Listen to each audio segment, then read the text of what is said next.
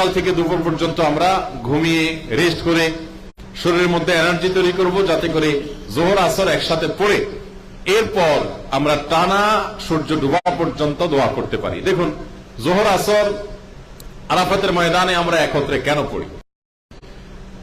এর একটি কারণ এটিও যে দোয়ার জন্য আসরের সালাতকে জোহরের সাথে পড়ে এরপর প্রিয় নবী সাল্লাল্লাহু আলাইহি সাল্লাম দীর্ঘ সময় দোয়ায় মাশগুল হয়ে যেতেন। তার মানে আরাফাতের দিনের দোয়া এত গুরুত্বপূর্ণ যে 2 ওয়াক্ত নামাজ একসাথে পড়ে তারপর আমরা টানা সূর্য ডোবা পর্যন্ত যাতে বিরতিহীন ভাবে দোয়া করতে পারে সেই সুযোগ আমাদেরকে দেয়া হচ্ছে। এজন্য আপনি কতক্ষণ দাঁড়িয়ে দোয়া করলেন, কিছু সময় বসে বসে দোয়া করলেন, কিছু সময় সিজদায় গিয়ে দোয়া করলেন, সে কাজগুলো করবো ইনশাআল্লাহ তাআলা। সিজদায় আমরা দোয়া করব, অনেকে আমরা এটা জানি না। নবী করিম সাল্লাল্লাহু আলাইহি ওয়াসাল্লাম বলেছেন, আকরাবু মা ইয়াকুনুল আবদু মির রাব্বিহি ওয়া হুয়া সাজিদ, বান্দা আল্লাহর সবচেয়ে কাছাকাছি